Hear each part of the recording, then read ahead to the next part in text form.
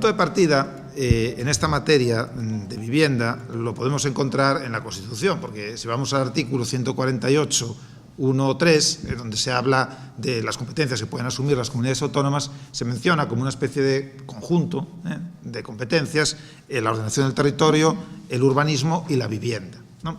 Entonces, esto, visto así, puede dar una sensación a primera vista de que son las comunidades autónomas las que tienen competencias exclusivas, como es verdad que pueden asumir a través de sus estatutos en esta materia, que ya digo, va vinculada a la ordenación del territorio y va vinculada también al urbanismo. Pero esto hay que entenderlo en sus justos términos, exactamente igual que pasa en materia urbanística. Una cosa es que las comunidades autónomas tengan la competencia en el plano legislativo y tengan competencias también en el plano ejecutivo en esta materia, y otra cosa es la participación de las entidades locales y en particular de los municipios en el ejercicio, en el ámbito administrativo de ese tipo de competencias. Nuestra Constitución es verdad que no establece ninguna reserva expresa de competencias a favor de las entidades locales, ni de los municipios ni de ninguna otra entidad local. Lo único que hace es consagrar el principio de autonomía local. Pero sabemos perfectamente que, por la concepción que tiene el Tribunal Constitucional y las normas internacionales, como la Carta Europea de la Autonomía Local, del principio de autonomía local, ello significa que a los entes locales en general y a los municipios en particular, la legislación les tiene que atribuir competencias en todas aquellas materias que afecten al ámbito o al círculo de sus intereses. Y llegados a este punto, exactamente igual que pasa con el urbanismo, también en materia de vivienda, es evidente que nos hallamos ante una materia de indudable interés local, que afecta de manera indudable a los intereses, a las preocupaciones y a las necesidades de la comunidad vecinal.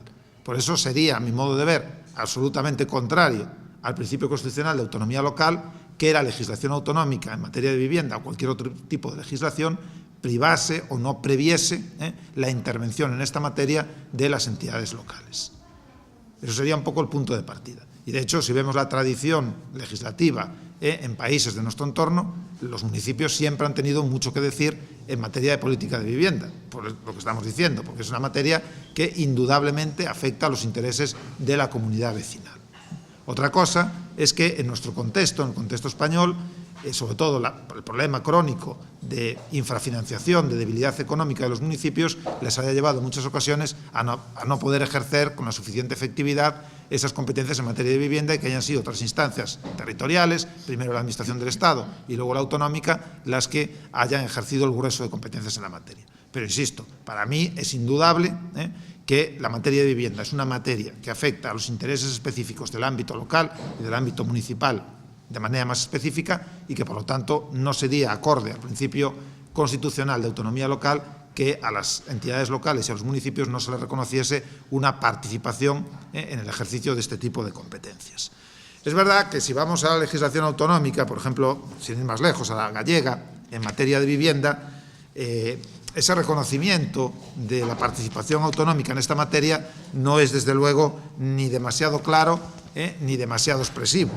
En la ley vigente de vivienda de Galicia, en la ley de 2012, hay un artículo, efectivamente, el artículo 7, que habla de las competencias de las administraciones locales en esta materia de vivienda. Y es un artículo absolutamente inespecífico, absolutamente inconcreto. Lo único que dice es que los entes locales, bajo el principio de autonomía para la gestión de sus intereses, ejercen las competencias de vivienda de acuerdo con lo establecido por la legislación de régimen local, la legislación urbanística y la presente ley, sin perjuicio de la capacidad de suscribir convenios y concertar actuaciones con otras administraciones y agentes de iniciativa social y privada que actúan sobre el mercado de la vivienda protegida y libre. No dice prácticamente nada, hace una remisión simplemente a la legislación de régimen local y a la legislación urbanística. ¿Qué es lo que tenemos en la actualidad en la legislación de régimen local, en la Ley de Bases de Régimen Local, después de su reforma del año 2013? Bueno, dentro de las competencias propias de los municipios, o sea, las materias dentro de las cuales la legislación sectorial le tiene que atribuir competencias a los municipios, hay dos apartados del artículo 25.2 de la Ley de Bases de Régimen Local que son los que pueden reconocer de una manera más o menos explícita esas competencias municipales en materia de vivienda. En el artículo 25.2a, cuando se trata de las competencias en materia urbanística, se menciona expresamente la promoción y gestión de la vivienda de protección pública. Se añade que con criterios de sostenibilidad financiera porque ya sabemos que esta reforma del 2013, una de sus obsesiones o una de sus líneas guía era pues, el mantenimiento de estos principios de sostenibilidad financiera, de equilibrio presupuestario, etc. Pero se reconoce expresamente que en ese ámbito de promoción y gestión de la vivienda de protección pública, la legislación sectorial tiene que atribuir competencias a los municipios. Por lo que estoy diciendo, porque es una materia, es un ámbito que afecta indudablemente a los intereses de la comunidad vecinal, de la comunidad local, y por lo tanto el legislador sectorial no puede dejar de reconocer una participación a las entidades locales y a los municipios en concreto en este ámbito. También se menciona las competencias en materia de conservación y rehabilitación de la edificación, que también evidentemente están muy vinculadas al tema de la vivienda. Y luego hay otro apartado de este mismo artículo 25.2 que tiene también relación con este tema y que además conecta directamente con lo que nos va a explicar después el alcalde de Rianxo, que es la nueva competencia, la reformulación de la competencia en materia de servicios sociales o de asistencia social que ha hecho la última reforma, la reforma de 2013 de la Ley de Bases. La competencia sobre evaluación e información de situaciones de necesidad social y añade la atención inmediata a personas en situación de riesgo o exclusión social, que además eso está después recogido en el artículo 26.1 como un servicio municipal obligatorio que tienen que prestar todos los municipios de población superior a 20.000 habitantes. Obligatorio para esos municipios, pero que evidentemente sobre la base de esa competencia del artículo 25.2 pueden también prestar otros municipios aunque tengan menos población. Entonces ahí tenemos dos enganches claros en la Ley de Bases de Régimen Local para que los municipios puedan desarrollar una política propia en materia de viviendas. Por lo menos, ya digo, en materia de promoción y gestión de vivienda de protección pública, en materia de conservación y rehabilitación de la edificación y en la materia que estamos viendo de la atención inmediata a las personas en situación o riesgo de exclusión social, que por supuesto incluye también las situaciones de riesgo vinculados a la falta de habitación, a la falta de vivienda. Aparte del tema de otras competencias de tipo urbanístico a las que me referiré más adelante. Luego, además, antes de entrar en el tema específicamente urbanístico y la manera en que las competencias urbanísticas de los municipios pueden también permitir desarrollar una política propia en materia de vivienda, quiero comentar otra cosa, otra cuestión.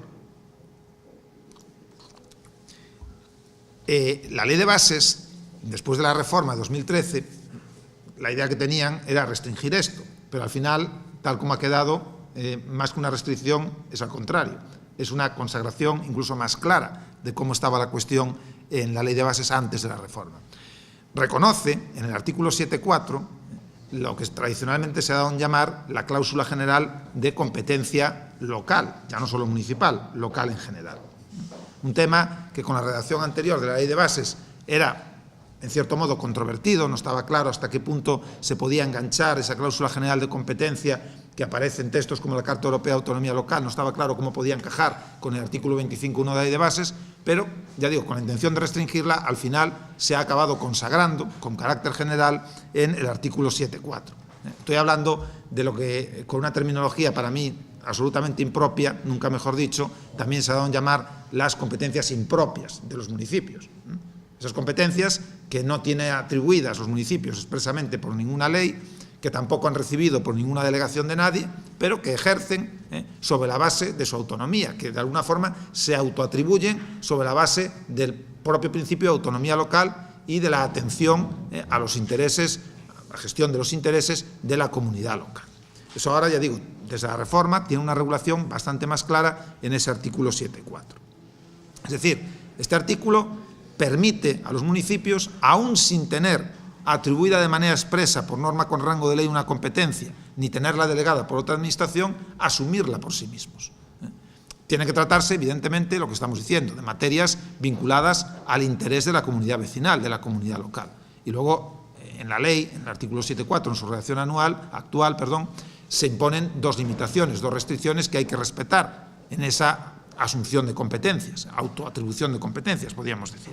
Que no se ponga en riesgo la sostenibilidad financiera del conjunto de la hacienda municipal, que es algo que tiene que controlar la administración que ejerza la tutela financiera sobre el municipio, normalmente la administración autonómica. Un poco la idea que hay detrás de esta previsión es que la autoatribución de competencias a través de esta cláusula no implique la desatención a otras competencias, a las competencias propias o a los servicios municipales obligatorios. Si se interpreta así, es una cautela que podemos entender de sentido común. Y luego hay una segunda cautela, que es la que puede plantear más problemas en materia de vivienda, que es la de que para que se produzca esa autoatribución de competencias sobre la base de la cláusula general, no se puede incurrir en un supuesto, dice la ley, de ejecución simultánea del mismo servicio con otra administración pública. Entonces, para eso hay que solicitar un informe preceptivo y vinculante, en este caso, a la administración a la que correspondan las competencias materiales sobre ese ámbito en el que pretende intervenir el municipio. Digo que esto es lo que puede provocar más problemas en materia de vivienda, porque en materia de vivienda ya estamos viendo que hay una competencia que tiene atribuida a la comunidad autónoma. Entonces, si a través de la cláusula del artículo 7.4 quisiese intervenir también el municipio, podríamos encontrarnos con el problema de la duplicidad competencial, de la duplicación en la prestación de un mismo servicio público.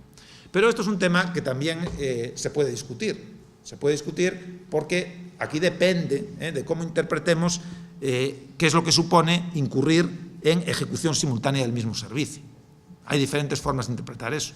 Es decir, basta con que la comunidad autónoma tenga una política propia de vivienda, unos servicios habitativos propios, para que, ya por ese solo hecho, el municipio no pueda cubrir las insuficiencias de esa política de vivienda autonómica. O, por el contrario, tenemos que ver el tema de la duplicidad no en abstracto, sino en concreto. Es decir, tenemos que ver si en ese término municipal esa necesidad social está suficientemente cubierta o no por otra administración. Aquí en Galicia, en el desarrollo que ha hecho el legislador autonómico de estas previsiones de la legislación básica estatal, a través de la Ley 5/2014, hay un artículo, el artículo 4, que establece los criterios para determinar si se produce o no esa superposición, esa duplicidad en la prestación de los servicios. Y ahí el criterio que sigue el legislador gallego es más bien el segundo que estoy diciendo. Es decir, en la ley gallega no se considera que hay duplicidad competencial cuando el municipio pretende, dice la ley, satisfacer una demanda no cubierta plenamente por los servicios existentes. Entonces, eso lo que quiere decir es que aún en el caso de que exista una competencia autonómica y un servicio autonómico dirigido a satisfacer o atender la misma necesidad social, si en el municipio en concreto ese servicio no cubre suficientemente esa demanda, podría estar justificado que el ayuntamiento acudiese a la cláusula del 7.4 para cubrir esas insuficiencias.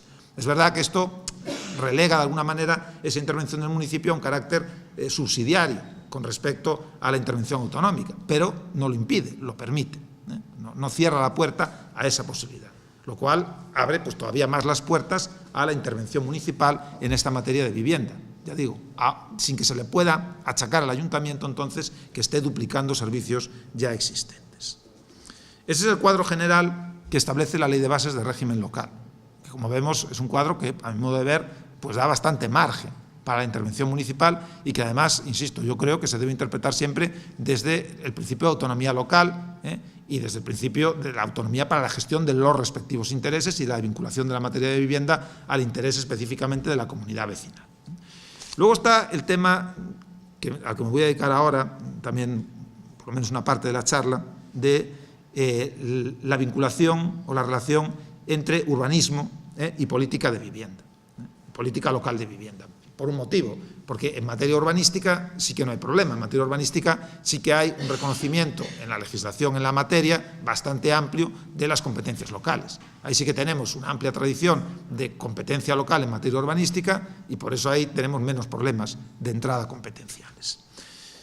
Bueno, aquí para analizar este tema tenemos que fijarnos en las últimas tendencias de evolución de nuestra legislación urbanística a partir de la Ley Estatal de Suelo del año 2007, que es un poco la que ha marcado el punto de inflexión en esta materia. La Ley de 2007, la Ley de Suelo de 2007, puso fin al ciclo, digamos, expansivo, del urbanismo expansivo que habíamos tenido desde el año aproximadamente 1996. Coincidiendo un poco ya con el comienzo de la crisis, puso fin, como digo, a ese centro expansivo. Y estableció una de las novedades, no me voy a referir evidentemente a todas ellas, me voy a ceñir solo al tema de la vivienda, más importantes que introdujo esta ley fue el intentar establecer medidas efectivas de vinculación entre el régimen urbanístico y la política de vivienda, que es algo que está en la Constitución, porque realmente, si leemos el artículo 47 de la Constitución, en el artículo 47 de la Constitución se vincula clarísimamente la intervención administrativa en materia urbanística a la consecución o a la ejecución del derecho a una vivienda digna. Entonces, en la Constitución está clarísima esa vinculación entre intervención en materia urbanística, regulación del uso del suelo, lucha contra la especulación inmobiliaria y derecho a la vivienda. Pero es verdad que en la tradición de nuestro derecho urbanístico esa previsión constitucional no ha tenido una realización muy clara. Es verdad que la legislación urbanística tradicional le otorgaba a los ayuntamientos determinados instrumentos para intervenir en el mercado del suelo, pues los patrimonios municipales del suelo, derechos de tanto y retracto, etc. Pero insisto que más allá de eso no había tampoco una vinculación clara entre los dos elementos, entre intervención administrativa en materia urbanística y política de vivienda. Era como si las dos cuestiones fuesen por caminos un tanto separados, hasta el punto de que ya he dicho, pues el protagonismo en política de vivienda lo ha tenido tradicionalmente el Estado o después las comunidades autónomas, mientras que en urbanismo los ayuntamientos han mantenido un fuerte acervo competencial. ¿Cómo establece la legislación estatal del suelo a partir del 2007 esa vinculación entre política urbanística, entre intervención urbanística y política de vivienda? Pues básicamente a través de dos previsiones, que son las que han significado un verdadero cambio de perspectiva en nuestro derecho urbanístico a partir de ese cambio legislativo. Bueno, primero, a través de la previsión de que los nuevos desarrollos urbanísticos se tienen que justificar en la demanda de vivienda o de suelo para usos productivos, que es lo que puso fin, de alguna manera, como digo, a esa fase expansiva del derecho urbanístico. Lo que tradicionalmente se llamaba clasificación de suelo como suelo urbanizable, que hasta el año 2007 pues tendencialmente se había intentado convertir en la clase de suelo residual, un poco con la idea de que todo el suelo que no estuviese ya urbanizado o que no tuviese que ser preservado por algún motivo concreto del proceso de urbanización quedaría libre para el desarrollo urbanizador. Eso se corta radicalmente y se exige que cualquier nuevo desarrollo urbanístico tenga una justificación concreta en esas necesidades de habitación, en esas necesidades de vivienda de la población o también en necesidades de uso para fines pues, productivos, que sería otro motivo que también lo podría justificar. Lo cual, de alguna forma, limita esa amplísima discrecionalidad que tradicionalmente existía a la hora de clasificar el suelo como urbanizable utilizando los términos tradicionales. Y además hay otra medida muy importante que introdujo la ley de 2007, y aquí ya entramos de manera todavía más específica en la relación con la política de vivienda y con la política municipal de vivienda en concreto, que es la introducción de las reservas de suelo para vivienda protegida y del principio de cohesión social en la distribución de la vivienda protegida. Eso, en la práctica, supone la introducción de un nuevo estándar urbanístico. Dentro de los estándares urbanísticos, igual que hay que reservar suelo pues, para espacios verdes, para zonas libres, para aparcamientos, etcétera, también hay que reservar suelo obligatoriamente para vivienda protegida. La ley estatal establece unos mínimos, 30% de la edificabilidad residencial en actuaciones de nueva urbanización, en lo que sería, en los términos tradicionales, en el suelo urbanizable, en los nuevos desarrollos urbanísticos, y un 10% cuando se trata de operaciones de reforma o renovación de la urbanización sobre suelo ya urbanizado, lo que serían las tradicionalmente denominadas operaciones de reforma interior. Además, la ley de 2007 técnicamente estaba bien hecha, porque no se quedó simplemente en establecer una previsión que luego tuvieran que desarrollar los legisladores autonómicos, sino que introdujo también una disposición transitoria que garantizaba la aplicación inmediata, con ciertas cautelas, con ciertas excepciones, pero garantizaba la aplicación inmediata de estas previsiones en caso de que el legislador autonómico no llevase a cabo su desarrollo. Claro, esto también es otro instrumento que se otorga a los ayuntamientos a través del planeamiento urbanístico para realizar política de vivienda. Estas previsiones de la legislación estatal son mínimos que el ayuntamiento incluso evidentemente puede incrementar. No me resisto a comentar que aquí en Galicia la aplicación que ha hecho el legislador autonómico de estas previsiones de la legislación estatal, que ahora están en el texto refundido de la Ley de Suelo y de Rehabilitación Urbana de 2015, ha sido una interpretación y aplicación como mínimo sui generis. Ya en la ley anterior del suelo gallega, la Ley de Ordenación Urbanística y Protección del Medio Rural de Galicia de 2002, cuando se reformó para introducir esta previsión, se hizo una interpretación, como digo, muy peculiar, que ahora ha pasado a la ley del suelo vigente. En el sentido de que, acogiéndose a unas excepciones que preveía la ley estatal de manera transitoria, se ha generalizado un sistema que constituye una verdadera alternativa completa al que establece la ley estatal. La ley estatal fija sus porcentajes mínimos, de 30% y 10%. La ley gallega permite de manera discrecional a los ayuntamientos que lo sustituyan por un porcentaje que se calcula en función de la demanda real de vivienda protegida que hay en el término municipal, que se calcula atendiendo al número de inscritos en el registro único que hay aquí en Galicia de demandantes de vivienda protegida. Dicho así, puede parecer que es una interpretación que hace el legislador autonómico pues razonable, porque ¿para qué vamos a destinar suelo a vivienda protegida si no hay demanda de vivienda protegida? Claro, es razonable hasta que acudimos a los números y vemos qué porcentajes de reserva salen aplicando el sistema de la ley gallega. Y los porcentajes de reserva que salen aplicando la ley gallega son inevitablemente, indefectiblemente, en los 313 municipios gallegos, inferiores, muy inferiores, por cierto, a los porcentajes que establece la ley estatal. Con lo cual, es una manera, como cualquier otra, de burlar la legislación básica en esta materia. Lo que no quiere decir, evidentemente, que los ayuntamientos puedan mejorar esos porcentajes, que eso siempre pueden hacerlo, o acogerse a la ley estatal, con lo cual siguen teniendo un margen para desarrollar su propia política de vivienda. Desde el urbanismo hay también más posibilidades de desarrollar política en materia de vivienda, no solo a través de las reservas de suelo para vivienda protegida, no solo a través también del régimen de rehabilitación de la edificación. Lo que pasa es que yo ahí voy a hacer una referencia porque la siguiente ponencia creo que se refiere ya expresamente a esa cuestión. Estoy hablando de la técnica de la zonificación. La técnica de la zonificación. El planeamiento urbanístico es el que determina los usos urbanísticos del suelo y, por lo tanto, es el que determina el equilibrio que hay en el suelo, que llama la ley estatal urbanizado, entre el uso residencial y otro tipo de usos, hoteleros, comerciales o de otro tipo. Entonces, ahí los ayuntamientos tienen también otra herramienta muy importante para desarrollar política de vivienda. A través del planeamiento y de la modificación del planeamiento, tienen la posibilidad de cambiar el equilibrio entre esos usos. Si detectan necesidades de uso residencial no cubiertas, aparte de la posibilidad de nuevos desarrollos urbanizadores y de las políticas de rehabilitación, tienen también la posibilidad de cambiar la zonificación, de cambiar los usos. Claro, esto es una cuestión complicada, por eso es lógico que se le dedique una ponencia a ella, a este tema.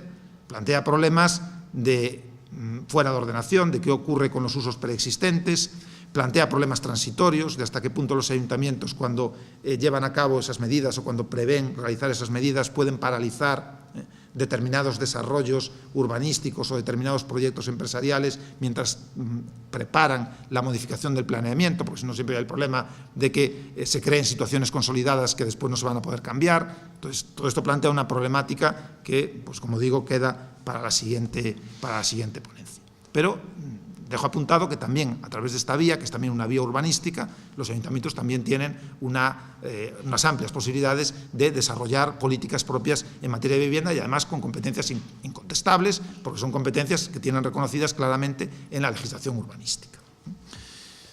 En definitiva, o en conclusión, para dejar al señor alcalde de Rianxo que también nos pueda ilustrar con su experiencia. ¿Tienen los ayuntamientos competencias en materia de política de vivienda? Para mí, indudablemente, las tienen. Las tienen y además es que no pueden no tenerlas. No pueden no tenerlas. Porque volvemos a lo que decía al principio, al concepto constitucional de autonomía local. El concepto constitucional de autonomía local implica que cualquier cuestión, como es la vivienda, que afecta a los intereses de la comunidad vecinal, forma parte del círculo de intereses del municipio.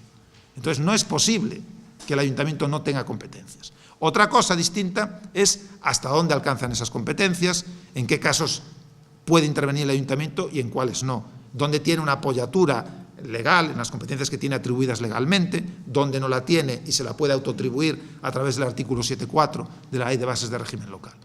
Pero eso es, digamos, un segundo plano en la discusión. Y luego hay un tercer plano. Ya no solo es si tiene competencia o no la tiene, hasta dónde alcanza, sino después hay el condicionamiento práctico de poder ejercer esas competencias, que muchas veces depende pues, también de las posibilidades financieras, de financiación que tenga el municipio. Porque para desarrollar política de vivienda, política social en general, pues hace falta también unos recursos financieros. Y eso es otro condicionamiento que siempre ha lastrado la política pública de vivienda en esta materia, sobre todo en el ámbito local. Dejo ya por último, y esto ya lo dejo sobre la mesa después para el debate, la cuestión de si aparte de todas estas competencias de las que aquí he comentado, que permiten, como digo, a los ayuntamientos desarrollar una política propia en materia de vivienda, esas competencias municipales se alcanzan también para intervenir en lo que sería la actividad privada vinculada al mundo inmobiliario. Me refiero, por ejemplo, el mercado del alquiler. ¿Hasta qué punto pueden intervenir ahí los municipios? Actividad económica privada. Ahí ya no estamos hablando de urbanismo, ahí ya no estamos hablando de zonificación de usos, no estamos hablando de vivienda de protección pública. Estamos hablando de intervenir en una actividad económica privada. Eso ya lo dejo encima de la mesa para el debate. Muchas gracias por su atención.